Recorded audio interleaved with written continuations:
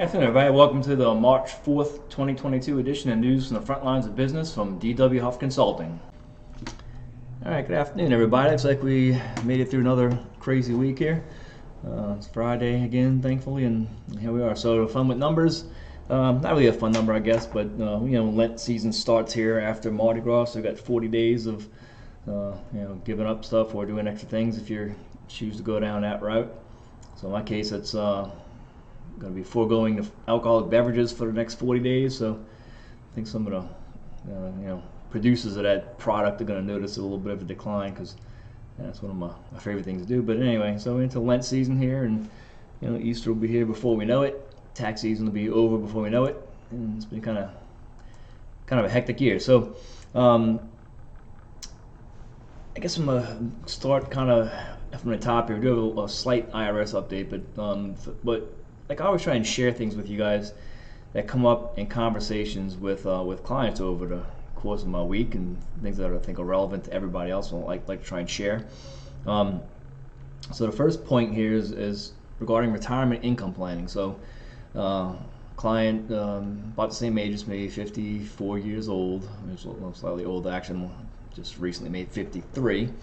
But anyhow, this guy's close to my age and finds himself behind on his retirement savings, which is not uncommon at all. I think I find a lot of people my age, as a kid, you kind of finish that part of life with getting them through high school and into college and so on. Sometimes you find that those activities burnt up more of your resources than you may have intended, and you find yourself not really where you want to be.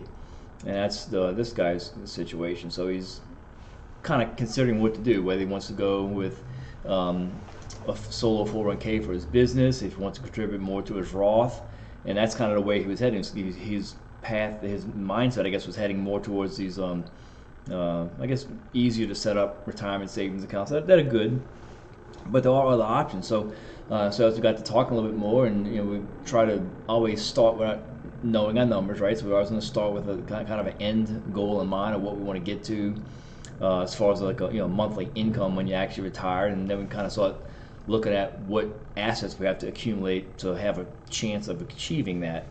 So based on this guy's case, he's very, very much on the low side of it, and so some of the normal things you may have seen promoted, like contributing to a Roth IRA. So I've seen a few illustrations of that where you take a young person and you have them put in $100 a month starting at 18, and it's got $1 million by the time they retire, something similar to that.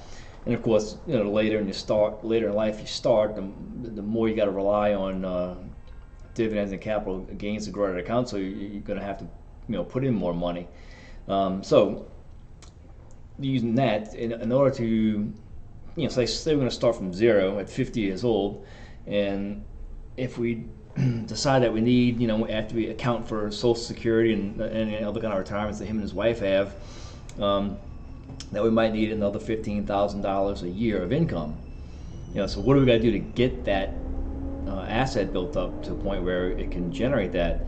And that's really hard to do. So when you're starting late in life, so you got, in this case, we're talking about probably about a 15-year time window when this person is going to look to stop working. There's really no reliable way. I mean, you have to be pretty much contributing way above the allowed limits to Roth IRA, number one, if that's going to be your weapon of choice. So the contributions that you have to make in order to sustain yourself for 30 or more years in retirement at $15,000 a year, it's very unlikely that can be accomplished. I mean, you have to contribute every spare dollar you made pretty much to these retirement accounts, and still might not really get that because of the way things go with the market and everything else once you start drawing down these accounts. So given the difficulty of that, I also presented this other idea, and we've seen this happen over and over again by real estate investors.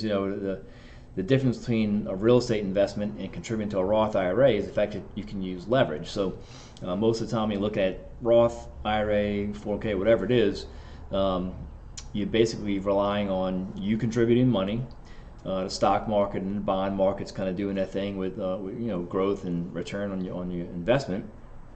and that's really all you can do. So you put in $100, you hope it earns 8 or 10% hopefully over the life of the time that it's invested, and that kind of is what it is.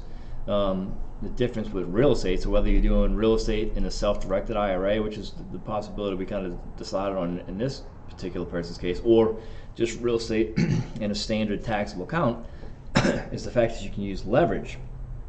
So if you only have $20,000 in, $20,000 or $30,000 in a Roth IRA, you can still generate a pretty solid income with that type of investment, because that could be a down payment, and you could leverage that down payment into acquiring an asset by going to the bank and getting some kind of mortgage, or not, non-recourse or recourse mortgage, whatever the case may be, that's allowed with the investment. But the fact that you can use leverage, and hopefully if it's talking about an income generating property, and get in a situation where the thing is cash flow and positive cash flow, you're paying down a mortgage and hopefully put a little bit more in your pocket, and those are more permanent type investments, because real estate typically goes up, inflation maybe a little bit more. If it's already cash flowing from year one and you're accumulating that money and paying down a mortgage, that is a more reliable way to kind of hit the fast forward button on retirement income, because anything else you do is going to have to accumulate over a long time. In this particular guy's case, we didn't have that kind of time, so being able to leverage into a couple real estate deals, and then as the first one gets more equity built up into it by paying down that mortgage and just the regular appreciation, it's easy to leverage that asset into the next asset, and so it takes a lot more work, and it's definitely not something that's for everybody. But if you more of a go-getter and a hustler, and you can have the aptitude to deal with being basically a small business owner in retirement, you can definitely make up for a lot of years of not contributing by using the leverage that's available in real estate type investments. So definitely talk to somebody before you make that decision. But I just wanted to throw it out there to you, because it came up after a long discussion, and it's definitely not the first time we've had a discussion, and not the first time we've seen that sometimes you just can't contribute enough to any kind of investment to do it without some kind of leverage and help to grow the income. So, all right, and the second thing we're going to talk about this week is know your numbers. So this is, a real life example with my stuff here. While we stress knowing our numbers, looking at them every day, monitoring how things are going, and looking at your progress. And as February passed by, and we're kind of looking backwards a little bit, in my own business, I restructured some things in my reports that I look at every day, to break out the different segments of my business. So, it's a CPA firm, right? But it's tax, some accounting, and then some other contract work that we do for other firms. So those are really the three, general categories. And I had things set up an issue where it didn't clearly break it out that way, but I could really see how each one of those segments was doing.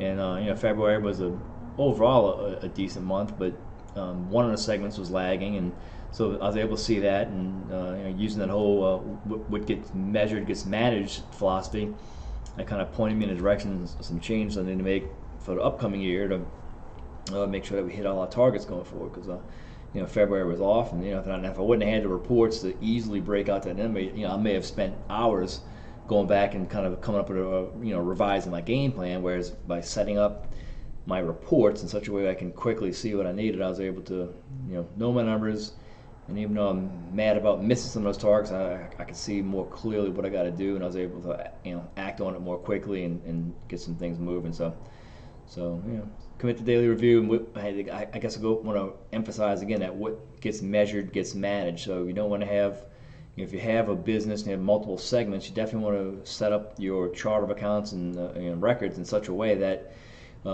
you could easily see the segments without having to drill down on reports and spend a lot of time breaking things down further than what your program spits out automatically. So that's that. IRS update. So it seems like the filing season is going pretty smooth. I haven't heard very much in the way of how fast refunds are taking, but I think it's going to be a little bit slower than normal. But this one particular form is become problematic, so I wanted to kind of mention that. So we got this form. So if you and this applies to people who took out a retirement plan distribution in 2020. So, as a part of the COVID relief, if you pulled money out of your 401k or any kind of retirement plan, you're allowed to split that money up over 3 years. So you didn't have to take the whole tax hit in 2020. You were able to kind of spread it around a little bit.